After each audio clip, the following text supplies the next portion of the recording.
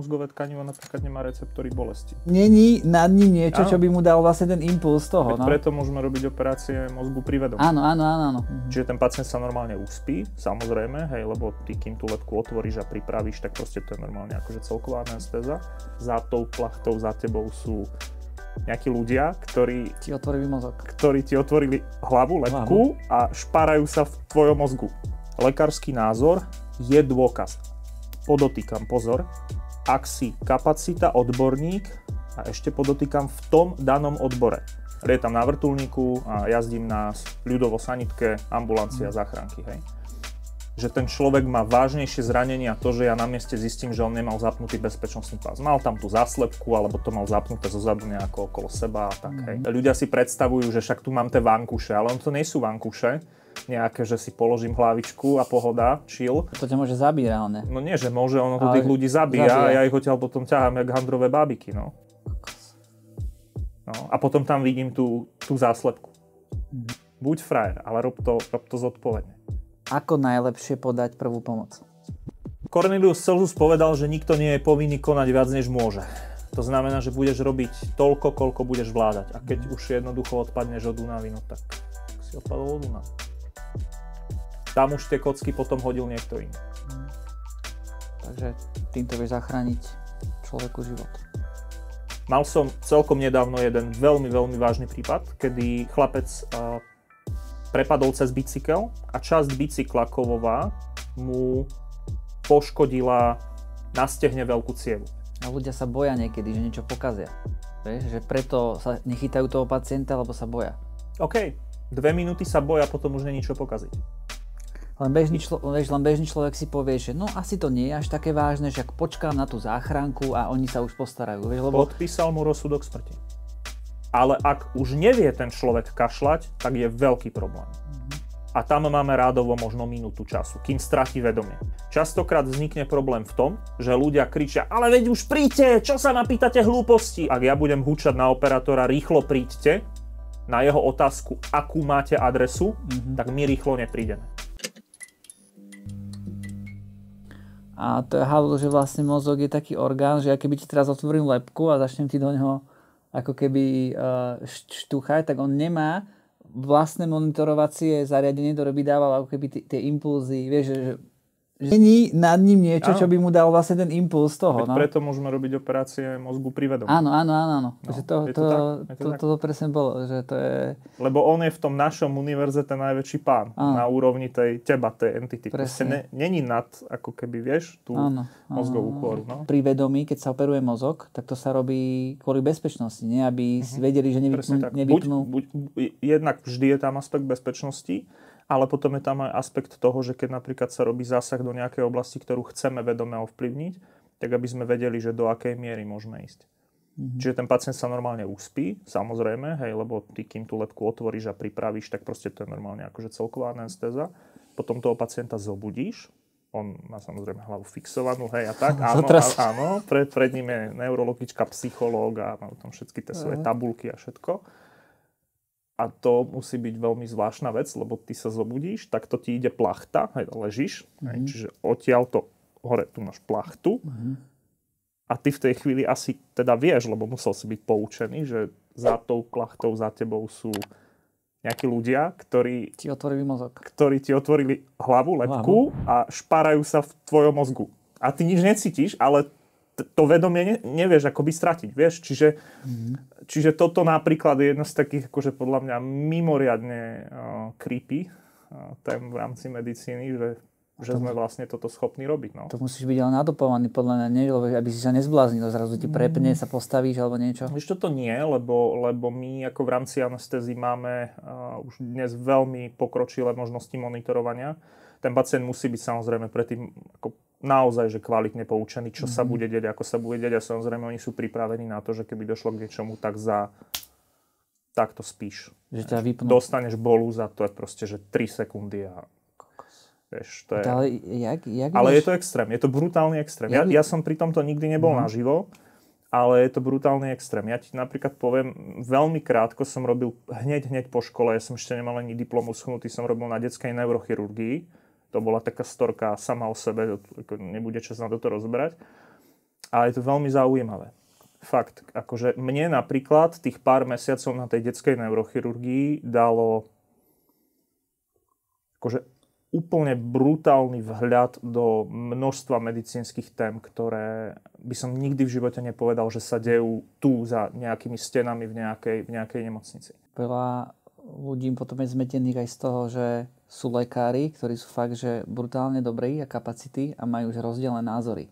A to podľa mňa potom metie tých ľudí, vieš, že máš 5 lekárov a každý má k tomu iný názor. Určite. A ja som k tomu robil aj na Instagram také video. A treba si zachovať ten odstup v rámci lekárskeho názoru v tom, že ak chceme robiť medicínu na svetovej úrovni, tak ju musíme robiť podľa princípov medicíny založené na dôkazoch. Lekársky názor je dôkaz. Podotýkam, pozor, ak si kapacita, odborník a ešte podotýkam v tom danom odbore. Inak povedané, ak sa budem chcieť baviť o imunológii, tak sa o nej nebudem baviť s ortopédom. Lebo to je jednoducho, to nie je jeho odbor.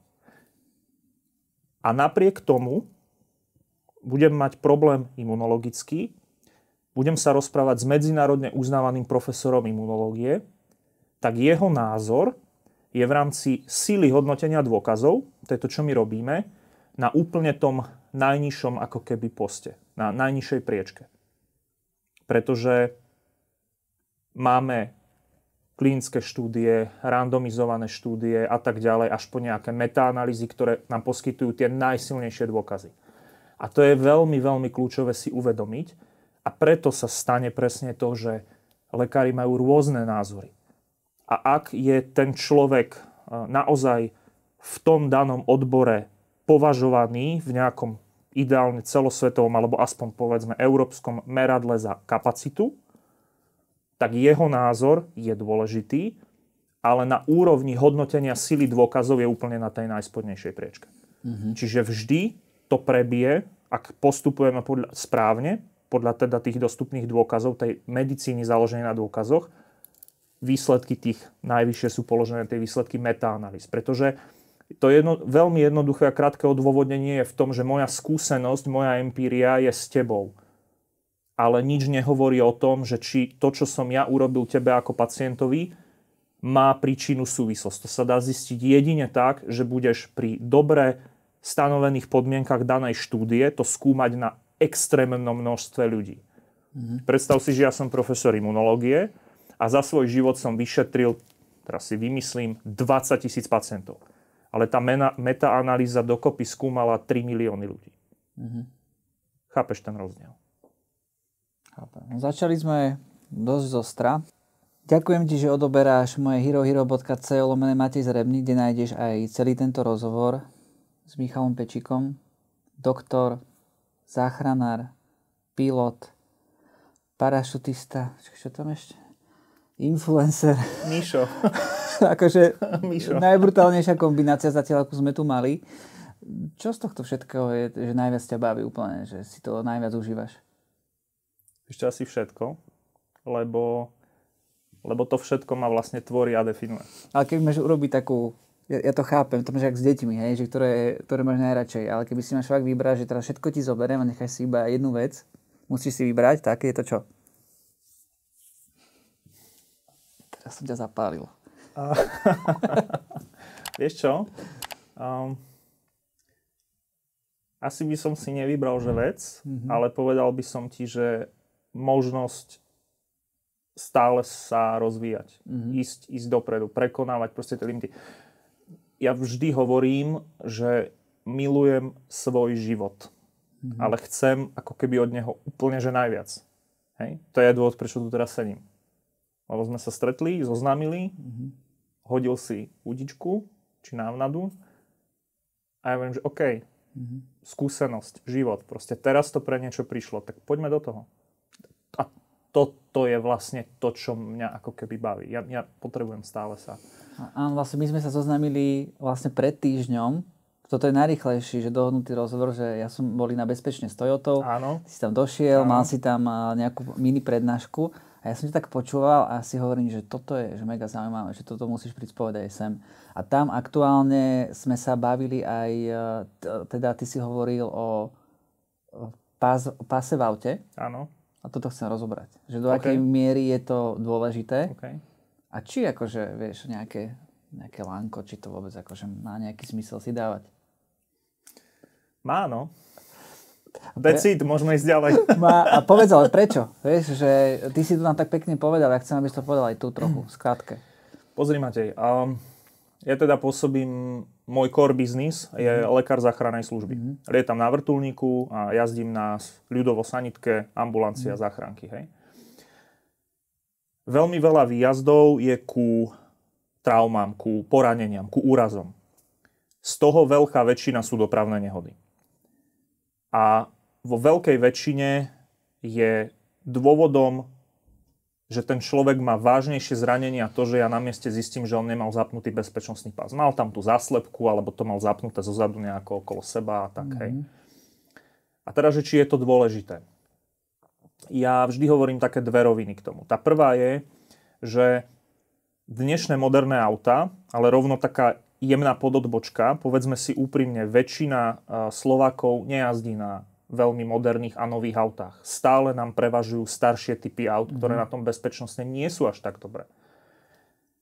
Ale drvivá väčšina tých aut, hlavne z tých modernejších, má sofistikované bezpečnostné systémy. Airbagy, rôzne deformačné zóny, špeciálne používané sklá, keď sa rozbijú, aby nerobili ostré hrany. Je tam množstvo prvkov. Aktívne, pasívne prvky bezpečnosti, ktoré riešia proste rôzne senzory. Nebudeme zachádzať do detailu. Čo je pointa? Platí to, čo hovorievali staré matere, že každá reťaz je tak silná, ako to najslabšie ohnívko. A problém je v tom, že všetky tie systémy sú dizajnované pod tou podmienkou, že ten človek, ten výrobca počíta s tým, že je zapnutý bezpečnostný pás. Lebo čo je, ako si povedal, že také obyčajné lánko, čo je bezpečnostný pás? Bezpečnostný pás je prvok, ktorý pri náhlom spomalení vozidla, keď do niečoho narazíme, alebo sa s niekým zrazíme, udrží telo v tej správnej polohe, aby keď vystreluje airbag, tak ten airbag splnil ochrannú funkciu. Lebo to je to, čo som povedal vlastne aj na tom evente, že ľudia si predstavujú, že však tu mám tie vankuše, ale on to nie sú vankuše, nejaké, že si položím hlavičku a pohoda, chill. Ako ten airbag vystrelí asi približne rýchlosťou 300 km za hodinu. Ešte raz, 300 km za hodinu sa insufluje vankúš plynom a ten vankúš letí, hej, keď sa budeme baviť o tom volantovom airbagu, voči našej tvári a voči nášmu hrudníku. A ten bezpečnostný pás okrem iného má tú funkciu, že on je dizajnovaný na to, aby v tej sekvencii, lebo to sa všetko deje v desiatkách, respektíve teda v desiatkách až stovkách milisekúnd, si treba uvedomiť. To nie je ani sekunda. Hej? Ani sekunda. Aby v týchto desiatkách milisekúnd zastavil naše telo presne v tom bode, aby ten airbag spôsobil to, že mi ochráni tú tvár a ten hrudník. Ale v momente, keď ho tam ja nemám, tak to je ako keby som ksichtom a hrudníkom narazil v 300 km rýchlosti do betónovej steny. To ťa môže zabiť reálne. No nie, že môže, ono to tých ľudí zabíja a ja ich odtiaľ potom ťahám jak handrové bábiky, no. No. A potom tam vidím tú záslepku. Hej, proste. Toto mi povedz. Jak sa to môže predávať normálne? To ja to nechápem. No kúpiš to všade, ja to nechápem. Vôbec ja ako tomu nerozumiem. Ja to vidím často. My máme v zákone dokonca, aj keď to je ďalšia vec, o ktorej ja veľmi často hovorím, že ja si bezpečnostný pás nedávam kvôli zákonu alebo kvôli pokute. Ja si ho dávam preto, lebo chránim to najvzácnejšie, čo mám. A to je môj zdravie a môj život. Som povedal, milujem svoj život, chcem ho žiť aktívne, chcem od neho čo najviac, tak sa budem chrániť, predsa nie? Tak sa nebudem vystavovať riziku. Ako pozri si štatistiky, vôbec do toho nepoďme, ale aká extrémna pravdepodobnosť je, že zomrieš pri dopravnej nehode. Ja keď to teraz trochu premostím a odľahčím, keď chodím skákať s padákom, si hovoril, že som parašutista, tak vieš, čo je najnebezpečnejšie na parašutizme? Pristate. Cesta autom na letisko. That's it. To som zabudol vlastne, ešte na tom, áno. Aha, ale na druhom mieste asi pristate, ne? Na druhom mieste je kontakt so zemou. No, tak to. No ale čo potom tí ľudia hovoria, že mne to vadím, ja to tam omínam. To je najčastejšia výhovorka, jasné. No a ja vždy na to poviem, že invalidný vozík tlačí viac. Choďte sa spýtať Bekima. Sorry, Bekim. No. Hej, no, akože... Vieš, to sú také... A ono, áno, samozrejme, niekedy, veď mňa to tlačí a tak im dobre, tak ukáž mi, hej, pozrieme a bezpečnostný pás napríklad, veľa ľudí absolútne nevníma to, že ten bezpečnostný pás sa tiež dá nastaviť. V podstate je tam nastaviteľná výška bezpečnostného pásu. Ja častokrát vidím, že tí ľudia v tom aute ho majú nastavený zle. A jasné, že keď ti ide cez krk, tak ťa bude omíňať, veď ako to by omíňal každého. A rovnako ako keď si zoberiem niekoho auto alebo proste sadneš do auta, tak čo urobíš? Nastavíš si spätné zrkadlá, no tak takisto si nastavím sedačku, volant a výšku bezpečnostného pásu. Pre mňa úplne veci, ktoré sú samozrejmé a ja zistujem, že to vlastne vôbec nie je samozrejme. A preto som veľmi rád za vás, mladých ľudí, ktorí máte, myslím si, že veľké dosahy, dokážete ovplyvňovať veľmi pozitívne mládež. Tak ako som bol včera s Ninkou v rámci školy driftu. Pozdravujem Ninku. A tiež sme si dohodli nejaké veci. Tak toto je podľa mňa tá správna cesta. Ja si nemyslím, že cestou sú reštrikcie. Hej, o pokutách sa nebavme. Hej, za mňa to není cesta. Čo urobí malé dieťa, keď mu niečo zakážeš? Urobí to 5-krát silnejšie. Okamžite vyvinie stratégiu, ako sa k tomu dostať. Ešte ani nedopovedal a jemu už idú myšlienky. No. Čiže toto podľa mňa nie je dobrá cesta. Dobrá cesta je prevencia a vysvetľovať to, že OK, si frajer. Ja som spravil jedno také video na Instagram, že ľudia mi hovoria, že som frajer. A im, že OK som. A vieš prečo? Lebo nosím prilbu. A zostrihal som tam akrobatické lietanie, prilba. Vrtuľník, prilba. Parašutizmus, prilba. Buď frajer, ale rob to zodpovedne. Hej? Na cestách si dáš bezpečnostný pás, chceš jazdiť? OK, nájdi si školu driftu, nájdi si nejaké preteky, choď si to vyskúšať. Choď na okruh, jasné. Chceš ísť 300? No problém, choď. Ja k tomu iba dodám, že vlastne ten pás naozaj sľubujem, že ho počase začnete ignorovať. Ja reálne neviem, že ho mám zapnutý, ja už to robím úplne automaticky. Jasné. A ja neviem, či tam ten pás mám. Ja mám normálne taký call-out, keď sadnem do auta a jednoducho ja sa bez toho nepohnem. No. Nepohnem, hej, to je prvá vec. Zapnem si pás. Zrkadla, odkliknúť, hej, dobre, teraz pozriem teploty, tlaky, lebo mám také auto, ktoré je trochu väčšie, objemovo a tak idem, hej, nastaviť si volant, veci a ideme proste. Hej, ale ten pás je automatická, fakt, že samozrejmosť, to je jednoducho tam, ako není sa vlastne asi o čom baviť, no. Táto otázka pôjde na Hero, lebo chcem vedieť takú tú pravú realitu toho lekára a tých výjazdov, úplne, že bez servítky. Za čo by nás na YouTube asi blokli. Je to niečo, čo sa ťažko opisuje a ťažko predstaví pre niekoho nezúčastneného.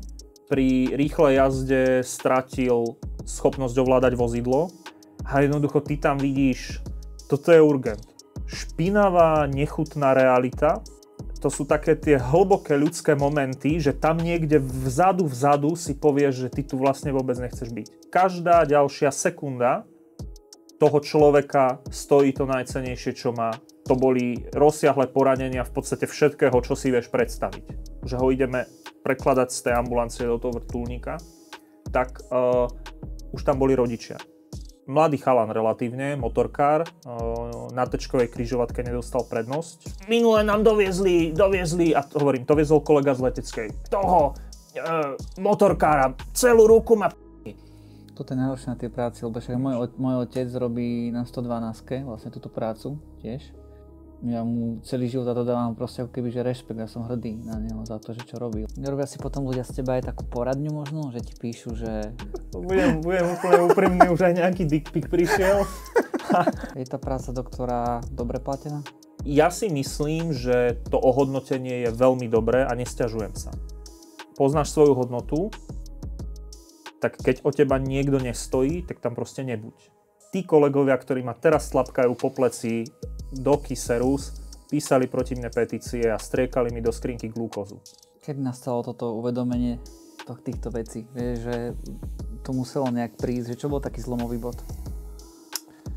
Keď mi ex-partnerka uniesla dcéru. Najal súkromného detektíva, ktorý nás špehoval. Proste potom boli fotky v súdnom spise. Akože totálne šialenosti, že akože akčný film je nič, 0 bodov, šuvix. No, nejaký scenár môžeme spísať. A my piloti hovoríme, že to slnko je tam vždy. Niekedy je len otázne, ako vysoko za ním musíš vyletieť cez tie mraky. Ale ono je tam vždy. Že aspoň keď si jednu vec niekto zoberie z tohto podcastu, ktorú dáme aj do verejnej časti, je tá, že ako najlepšie podať prvú pomoc. Jednoducho dám svoje dve ruky na hrudník a začnem ten hrudník stláčať. Rytmicky, dynamicky, tá rýchlosť je asi 100 za minútu, ale zase platí. Nefixujme sa na čísla, proste rytmicky, naozaj intenzívne do hĺbky. Hĺbka je až 5 cm, takže naozaj nebojte sa, hlavne pokiaľ žena resuscituje muža, netreba sa báť, treba poriadne tlačiť. Cez vystreté ruky, snažiť sa to robiť z bokov, samozrejme je veľmi, veľmi výhodné a ja doporučujem každému, aby absolvoval základný kurz prvej pomoci a vyskúšal si to na figuríne, ale ten pohyb je principiálne jednoduchý v tom, že robím len toto. Stláčam ten hrudník čo najhlbšie a čo najrýchlejšie v zmysle tej frekvencie, asi teda 100 za minútu. Hej, čiže asi 1,5 stlačenia za sekundu.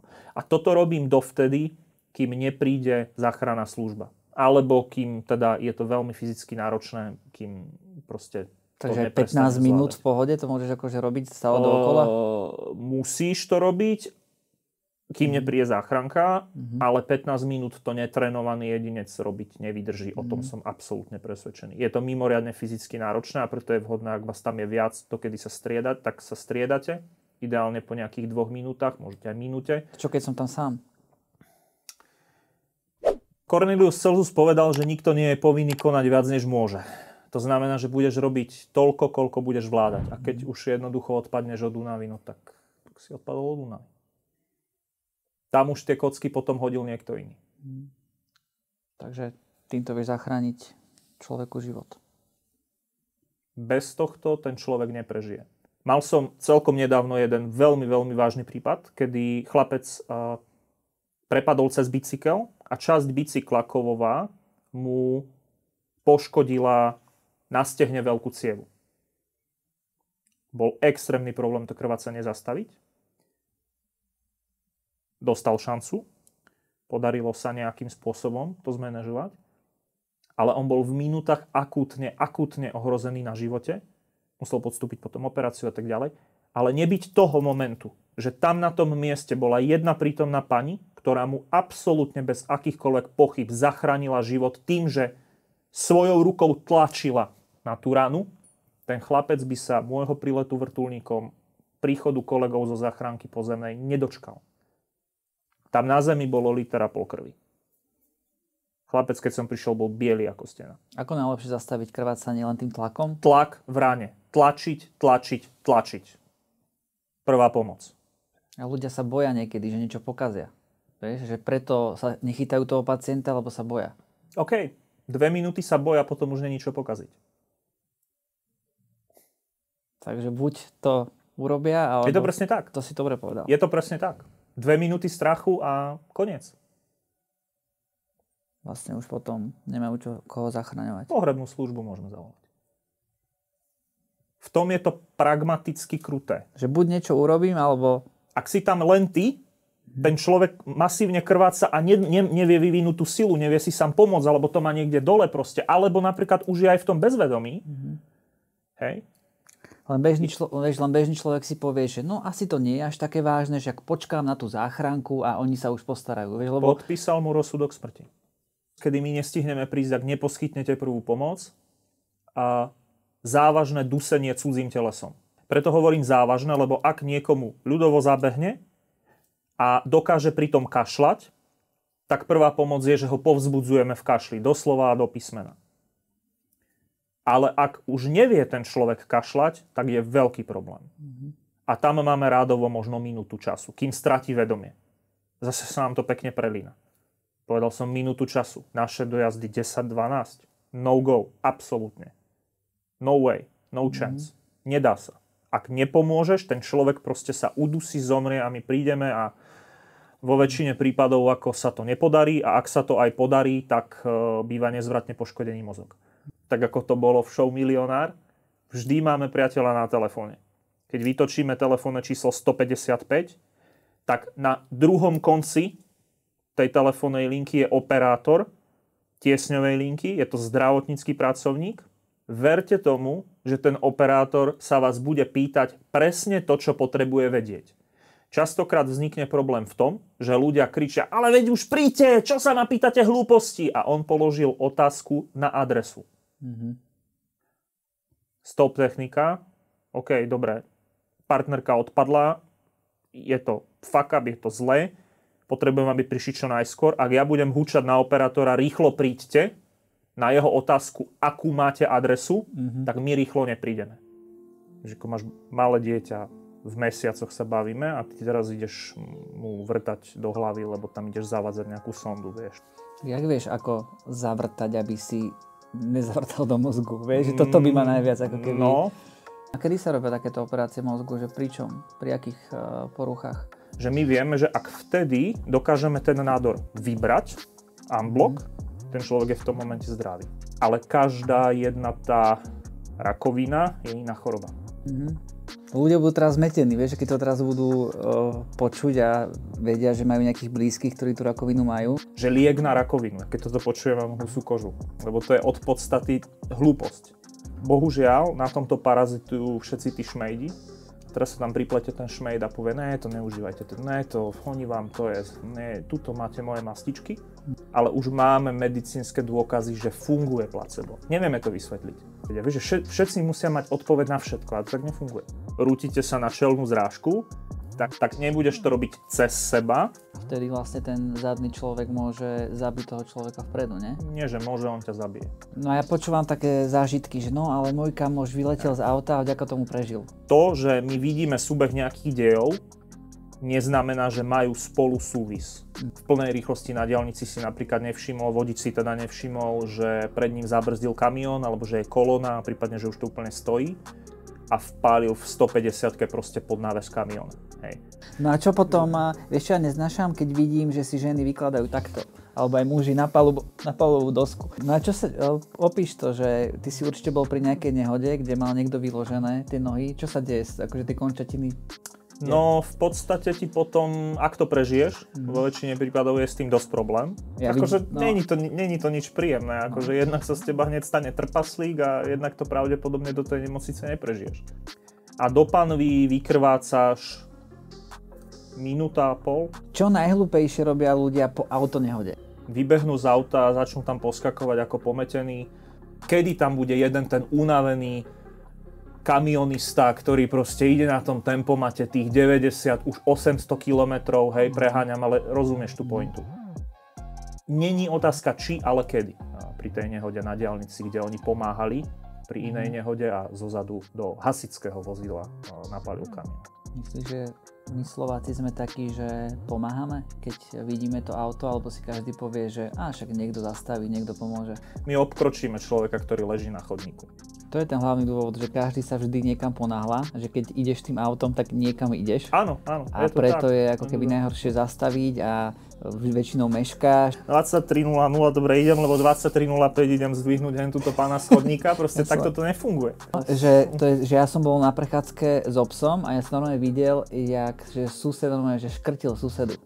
OK, no. Áno, že kričala o pomoc, neboli vieš? V spálni, hej? Ako cez okno si to nevidel. Bolo to vonku a počul som, že už krčí ako keby a normálne, že týpek ako keby, tá suseda povedala, že keby, že tam nie som, tak že ju zabije. A čo je lepšie volať, 112 alebo 155? Ak je to zdravotný problém, 155. Človek, ktorý reaguje v strese, ktorý reaguje v panike, potrebuje naozaj ten lead. Máme Vianoce, hej, lebo budú Vianoce. Ako najlepšie vytiahnuť zaseknutú kosť z kapra z krku? Je to funny, ale je to tak. V tomto smere hrá úlohu dávivý reflex, ktorý nemáme všetci rovnaký. Ďalej